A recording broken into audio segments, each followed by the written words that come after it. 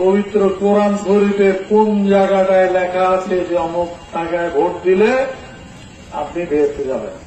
এইসব মৃত্যুক যারা ধর্ম ব্যবসায়ী, যারা ধর্ম নিয়ে মানুষকে প্রলোভিত করে মিথ্যা আশ্বাস দেয়, তাদের থেকে দূরে থাকবেন আপনারা। বাংলাদেশ জাতীয়তাবাদী দল বিএনপি আমরা কাউকে বেহেশতে নিয়ে দিতে পারবো না, কাউকে আমরা দোজখের রাস্তাও দেখাবো না।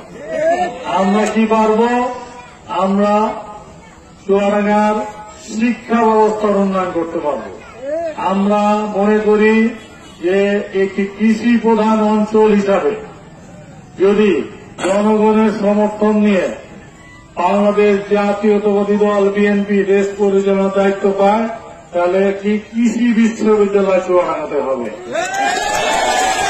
দেশের যে স্বাস্থ্য ব্যবস্থা, আপনারা যারা চুয়াডাঙ্গা, জীবননগর, দর্শনা, দামোদয় হাসপাতালে যান, হাসপাতালের পরিবেশ, একটি অসুস্থ মানুষ হাসপাতালে যায় চিকিৎসা নেওয়ার জন্য, আমি দেখেছি সুস্থ মানুষ ওখানে গেলে অসুস্থ হয়ে যায়। তাহলে কি করতে হবে?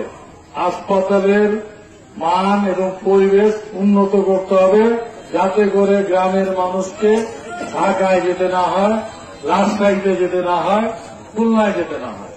সেই প্রক্রিয়া করবে কে? বিএনপি প্রতিশ্রুতি দিচ্ছে বাংলাদেশের আনাচেখানে যত হাসপাতাল আছে এবং শিক্ষা ব্যবস্থার উন্নয়ন করার জন্য প্রতিটি হাসপাতালের যে সার্বিক পরিস্থিতি এটার উন্নয়ন করা হবে। তাইরা যারা আমাদের কর্মী আছেন, নেতা আছেন, সমর্থক আছেন, আপনাদের কাছে অনুরোধ করব যে দেশ গঠনের যে 31 দফা কর্মসূচি দেওয়া হয়েছে, প্রতিটি দফায় মানুষের কল্যাণের কথা বলা হয়েছে, মানুষের অধিকারের কথা বলা হয়েছে। প্রথম যে অধিকার, যার জন্য আমরা গত 17 বছর সংগ্রাম করেছি, সেটা হচ্ছে এই মানুষের ভোটের অধিকার ফিরিয়ে দেওয়া। এই আজকে আমরা এখানে পথসভা করতে এসেছি, আরো 8টি জায়গায় যাব, কারণ জনগণের কাছে ক্ষমতা ফিরিয়ে দেওয়ার প্রক্রিয়া শুরু হয়েছে।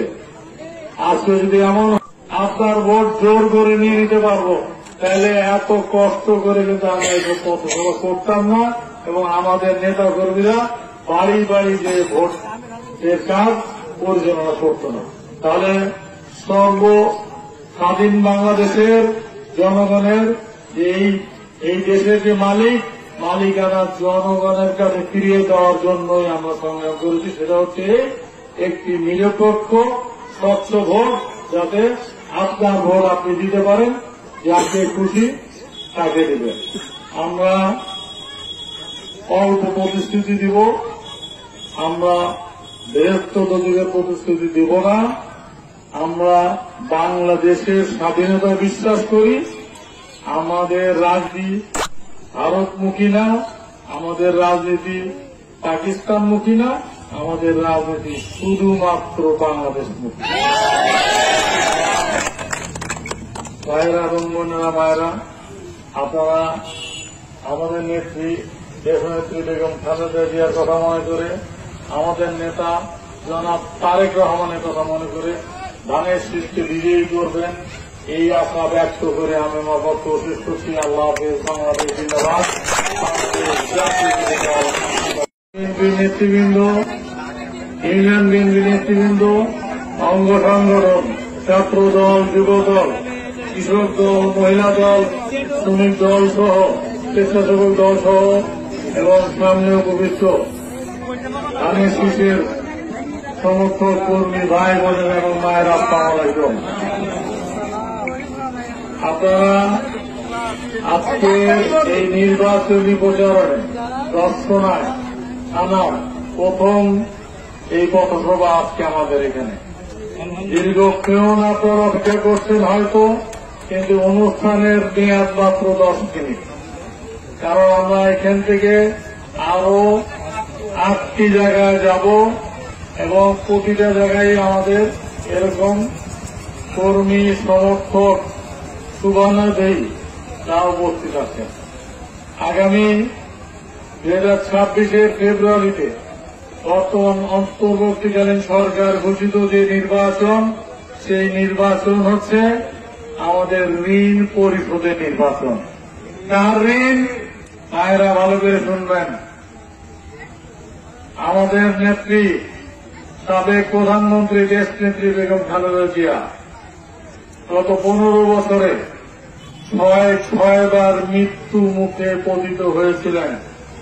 প্রতিবারই বাইরে চিকিৎসার জন্য ওনার যখন আবেদন করেছেন, শর্ত দেওয়া হয়েছে বিদেশে চিকিৎসা দিতে পারবেন, কিন্তু আর দেশে ফিরতে পারবেন না। প্রতিবারই আমাদের কথা, আমার কথা, আপনার কথা, জনগণের কথা চিন্তা করে এই প্রস্তাব উনি ঘৃণা ভরে ফিরিয়ে দিয়েছেন। নিজের জীবনের মায়া না করে উনি দেশে থাকতে চেয়েছেন, শুধু সুচিকিৎসার জন্য বাইরে যেতে চেয়েছেন, কিন্তু ফ্যাসিস্ট সরকার শর্ত দিয়েছে বাইরে গেলে আর আসতে পারবেন না। ঋণ আমাদের কার পরিশোধ করতে হবে? দেশ নেত্রী বেগম খালেদা জিয়া। আমার আগে আমাদের থানা বিএনপির সভাপতি কাজী আবুল হাসনাত সাহেব বলেছেন, একই কথার পুনরাবৃত্তি করতে চাই না, কিন্তু করতে হবে। আমাদের নেতা জনাব তারেক রহমান একটা কথা বলেছেন, ধর্ম যার যার রাষ্ট্রসভা। এই দেশটি বাংলাদেশ নামক যে দেশ, এখানে মুসলমান, হিন্দু, বৌদ্ধ, খ্রিস্টান সবাই একসাথে বাস করে, কিন্তু রাজনীতির নামে মিথ্যা প্রলোভন দেখিয়ে, বিশেষ করে কোমলমতি মা বোনদেরকে যে মিথ্যা প্রলোভন দেওয়া হচ্ছে, একটি নির্দিষ্ট মার্কে ভোট দিলে বিএসপ পাওয়া যাবে। আমি আপনাদের কাছে অনুরোধ করব, যারা এইসব social media, electronic media, print মিডিয়ার লোক আছেন, বার করেছেন, আমাদের এই ভোট পরিক্রমা তার অন্যতম প্রধান অংশ আমার ওই মা বোনেরা পিছনে আছে।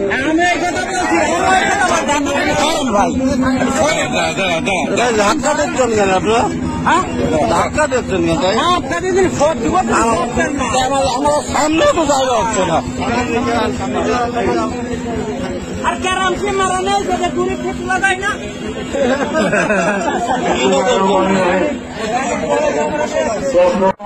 সহজ কথা না, এই সভাপতি,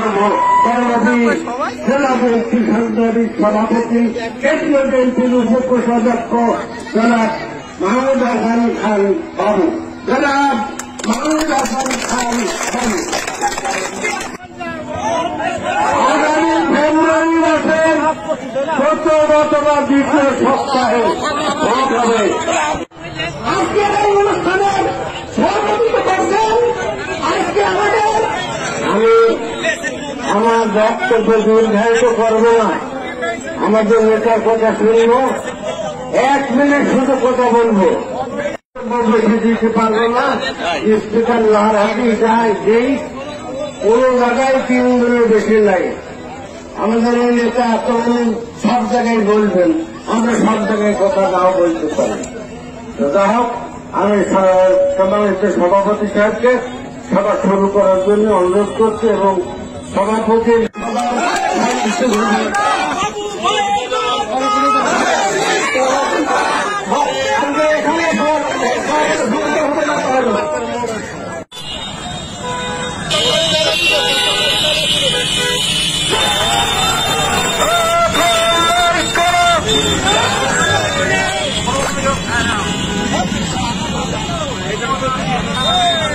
পক্ষ থেকে তাকে আন্তরিক ধন্যবাদ জানাচ্ছি।